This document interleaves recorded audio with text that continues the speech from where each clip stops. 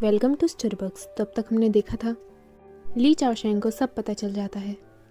वहीं प्रिंस बोलते हैं कि उनके पास एक रास्ता है। तो आगे की कहानी शुरू करते हैं। ली चाओशेंग ये सब सुनकर बोलता है, तुम किस रास्ते की बात कर रहे हो? प्रिंस बोलते हैं, अंकल जू ने कहा था कि रॉयल फैमिली का फाइनेंस अब से वो संभालेंगे और डुओलन नहीं जानता कि आप जिंदा हैं और ना ही वो आपकी आर्म फोर्सेस के बारे में जानता। हम इसी मौके का फ़ायदा उठा सकते हैं और डुओलन से जीत सकते हैं। अंकल ली, अगर आप हमारी मदद करेंगे तो ये तो तय है कि रॉयल फैमिली ही अगले इलेक्शंस जीतेगी। ली चांसिंग के फादर थोड़ा हेजिटेट होते हैं और बोलते हैं इस बारे में, और वो कुछ आगे बोल ही रहे थे कि तभी ली चांसिंग बोलता है, डैड प्लीज़ तनान की हेल्प करो, उसने मेरी भी कई बार मदद करी है। एक बार कॉलेज में सब लोग मेरे खिलाफ थे पर केवल तुनान ही था जो मेरे लिए खड़ा हुआ। भले ही आप उसे आज पसंद ना करते हो, पर मुझे पक्का यकीन है कि अगर आप उसके संग थोड़ा रहेंगे तो आपको पता चलेगा कि वो कितना अच्छा है और आप उसे पसंद करने लगेंगे। ली चांसिंग के फादर मन में सोचते हैं, ये बेवकूफ़ लड़का, और वो बोलते हैं, ठीक है, मेरे बेटे ने मेरे से कहा है इसीलिए मैं तुम्हारे संग खड़ा होऊंगा, लेकिन ये मत भूलना मेरी नज़र हमेशा तुम पर रहेगी कि तुम आगे जाके एम्परर बनने के लायक हो कि नहीं, और अपने बाप की तरह हमारी लॉयल्टी के हकदार हो कि नहीं, समझे? प्रिंस बोलते हैं, हम पूरी कोशिश करेंगे, पिताजी की तरह बनना यही तो हमारा एक लौता सपना है। पर उसके अलावा माँ, अंकल ली, हम आपको एक सुझाव देना चाहते हैं। हम चाहते हैं कि आप ली चांसिंग को आज़ादी दें कि वो जब चाहे तब पैलेस से आ जा सकता है, क्योंकि अंकल ली से बात करने के लिए हमें एक मीडिएटर की ज़रूरत पड़ेगी। आखिरकार अंकल ली सीधा तो नहीं आ सकते ना हमसे बात करने, और हमारे हिसाब से ली चांसिंग ही सबसे अच्छा कैंडिडेट है इस मामले में। और जैसा भी हमने सुना, अंकल ली हम पर नज़र रखना चाहते हैं, तो ली चांसिंग हम पर नज़र रख सकता है। ली चाओशेंग प्रिंस की ओर देखते हैं और बोलते हैं इसके बारे में, और फिर वो ली चांसिंग की ओर देखते हैं जो कि ब्लश कर रहा था और चाहता था कि वो प्रिंस के पास जा सके। फिर वो अपना मुंह मोड़ के बोलते हैं, ये सब शाओजेंग की मर्जी है, जो चाहे करे। प्रिंस फिर ली चांसिंग की ओर देखते हैं और उसके पास आकर बोलते हैं, तो क्या तुम चाहते हो? ली चांसिंग की धड़कन बढ़ जाती है और वो पूरा लाल हो रहा था। वो कैप से अपना फेस छुपाकर बोलता है, ज़रूर। महारानी बोलती हैं, शाओजेंग, हम दोनों के बीच पहले काफ़ी गलतफहमियां थीं, मुझे माफ़ कर दो। और वो उसे एक रॉयल बैज देती हैं, ये लो, अब से तुम जब चाहे तब पैलेस आ सकते हो। ली चांसिंग बोलता है, आपका शुक्रिया महारानी। और वो मन में सोचता है, ये तो वही सेम बैज है जो कि बॉस मू ने मुझे दिया था डांस पार्टी के लिए। और महारानी बोलती हैं, तो अब बात हो गई है तो क्या तुम दोनों कल लंच के लिए आ सकते हो? ये सुनकर प्रिंस मन में सोचते हैं, अंकल ली ने अपनी आइडेंटिटी छुपा रखी है, लेकिन ली चांसिंग, क्या वो आएगा कल? ली चाओशेंग बोलता है, मैं तो नहीं आ सकता क्योंकि मुझे अपनी आइडेंटिटी छुपानी है सबसे, लेकिन मेरी जगह शाओजेंग चला जाएगा। ली चांसिंग ये सुनकर खुश हो जाता है और पूरा लाल हो जाता है और बोलता है, हाँ हाँ ज़रूर, मैं जाऊंगा। ली चाओशेंग मन में सोचता है, हाँ बेवकूफ़, और ली चांसिंग हंस रहा होता है। अगले दिन रॉयल बैंक्वेटिंग रूम, हमें ली चांसिंग सूट में दिखाया जाता है जो कि काफ़ी हैंडसम लग रहा था। पीछे से मॉनिटर चिल्लाती हैं, ली चांसिंग तुम आ गए। ली चांसिंग उसे देख खुश हो जाता है और बोलता है, मॉनिटर। मॉनिटर उसे गले लगाती है और बोलती है, मुझे तुम्हारी बहुत याद आई, तुम्हें पता है? ली चांसिंग उसे देख खुश हो जाता है और फिर बाद में बोलता है, कितने दिनों बाद दिखी हो, बताओ क्या सब ठीक थे मेरे बिना? मॉनिटर की आंखों से आंसू आने लगते हैं और वो बोलती है, यिनज़ीफी और मैं तुम्हारी काफ़ी चिंता करते थे, मुझे तुम्हारी बहुत याद आई, तुम्हें पता है? अगर ये डिनर प्राइवेट बैंक्वेट नहीं होता तो यिनजीवी भी आज हमारे साथ होता। ली चांसिंग बोलता है, यिनजीवी? वैसे वो कैसा है? क्या उसका पैर ठीक हो गया? मोनिटा बोलती है, हाँ ठीक हो गया, और उसने मुझसे कहा था कि मैं उसे तुम्हारा हेलो बोलूं और ये बताऊं कि उसने भी तुम्हें काफ़ी याद करा था। और फिर मॉनिटर शिपर वाले जोन में आ जाती है और बोलती है, मेरे पापा ने मुझे बताया कि योर हाइनेस आधी रात को एनिमी कैंप में तुम्हें ढूंढने गए थे, है ना? उन्हें तुम्हारी इतनी याद आ रही थी। बताओ। ली चांसिंग बोलता है, उसके बारे में। तभी बॉसमू की आवाज़ आती है।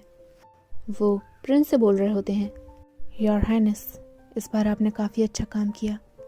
आपने केवल हम भाइयों के बीच की गलतफहमियां ही दूर नहीं करी, बल्कि आपने ली चाओशेंग को हमारे साथ भी कर लिया। बहुत अच्छे। वहीं प्रिंस बॉसमो की बातों पर कोई ध्यान नहीं दे रहे होते। उनका सारा ध्यान मॉनिटर और ली चांसिंग की ओर था, जो कि हंसते हुए बातें कर रहे थे। हाँ, ये हुआ था। ओह माय गॉड, जब वो आए होंगे तो फिर तुम्हारे तो तोते ही उड़ गए होंगे, है ना? कितना रोमांटिक है। प्रिंस को कुछ सुनाई तो नहीं दे रहा था, पर मॉनिटर और ली चांसिंग को ऐसे हंसते हुए देख उन्हें काफ़ी निराशा महसूस हो रही थी और सिंपली वो जेलस फील कर रहे थे। बॉसमू उन्हें ऐसे देख मन में सोचते हैं, ये लड़का, वैसे तो ये हमेशा पोलाइट रहता था और हमेशा अपने प्रिंस का ऑरा जगाए रखता था, तो अब क्या हो गया? आखिर इसका ध्यान कहाँ है? और फिर वो पुरानी बातें याद करते हैं जहाँ प्रिंस ली चांसिंग के बारे में बातें किया करते थे। वो कहते थे कि हम आधी रात को अकेले जाएंगे ली चांसिंग से मिलने। ली चांसिंग की हिफाजत के लिए हम उसे ये सच नहीं बताना चाहते। क्या हम बचपन में ली चांसिंग से मिले थे? और उन्हें ध्यान आता है कि ली चांसिंग के लिए प्रिंस हमेशा ही भावुक हो जाते थे और अपने इमोशंस कभी भी कंट्रोल नहीं कर पाते थे। फिर बॉसमू खुश होकर बोलते हैं, ओह तो ये बात है। और वो धीरे से बोलते हैं, तभी तुम भूत प्रेतों की तरह इधर उधर घूम रहे थे जब ली चांसिंग नहीं था। हाँ।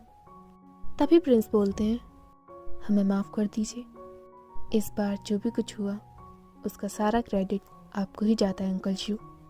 अगर आप इन्फॉर्मेशन नहीं बताते कि ली चांसिंग और ली चाओशेंग कहाँ पर हैं, तो हमारे लिए ये सब करना काफ़ी मुश्किल होता। बॉसमू उसके कंधे पर हाथ रखते हैं और बोलते हैं, योर हाइनेस, चलिए अंदर चलते हैं, मुझे तुम्हें कुछ बताना है। प्रिंस ली चांसिंग की ओर देख रहे होते हैं और बोलते हैं, लेकिन अंकल शू। पर बॉसमू उसकी नहीं सुनते और बोलते हैं, चलो भी।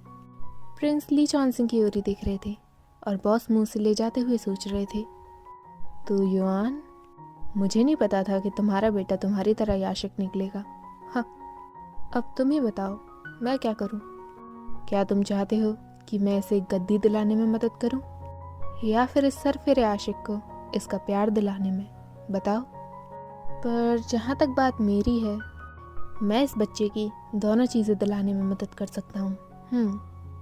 और वो बोलते हैं, योर हाइनेस, चलिए अंदर चलते हैं, मुझे कुछ आपको बताना है। वहीं ली चांसिंग मन में सोचता है, ये ऐसे ही जा रहा है, इसने तो मेरे से हेलो भी नहीं बोला, ऐसे ही चला गया, पर इसी ने तो मुझे इनवाइट करा आज। और वो प्रिंस और बॉसमू की ओर देखता है और मन में सोचता है, ये और बॉसमू कब एक दूसरे के इतने क्लोज हो गए, जो इस तरह से छुप छुप के बात कर रहे हैं। ओह, मैं तो भूल ही गया था, इसे तो हमेशा से मॉनिटर ही चाहिए थी, है ना? तो जाहिर सी बात है, मॉनिटर के बाप के संग तो रिश्ते अच्छे करने ही होंगे। लेकिन यहाँ मुझे बस इसीलिए बुलाया गया है ताकि मैं अपने डैड की रिप्लेसमेंट पूरी कर सकूं, और कुछ नहीं। मैं क्यों हमेशा ज़्यादा सोच लेता हूँ, जबकि असल में कुछ ऐसा है ही नहीं। अगली बार मुझे ध्यान रखना होगा। Don't be a love bird, don't be stupid. जिस काम के लिए आया हूँ वही करना है बस, ओके? वैसे भी वो जो भी करता है वो इसीलिए नहीं करता क्योंकि वो मुझे पसंद करता है, बल्कि इसीलिए करता है ताकि आगे जाके उसे गद्दी मिल सके, और कुछ नहीं। वहीं मॉनिटर से देख मन में सोचती हैं, ये इडियट, जा ना पकड़ उन्हें। और अब ये दुखी क्यों हो गया? और वो एकदम से चिल्लाती है, हे ली चांसिंग। ली चांसिंग एकदम मॉनिटर की ओर देखता है।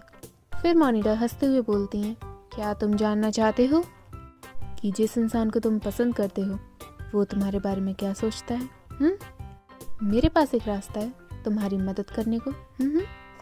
और आधे घंटे बाद सब डिनर टेबल पर बैठे हुए थे। सेक्रेटरीन बोलती हैं, कृपया कुछ देर इंतज़ार करिए, महारानी 10 मिनट में आती होंगी। ली चांसिंग और प्रिंस एक दूसरे की साइड में बैठे हुए थे।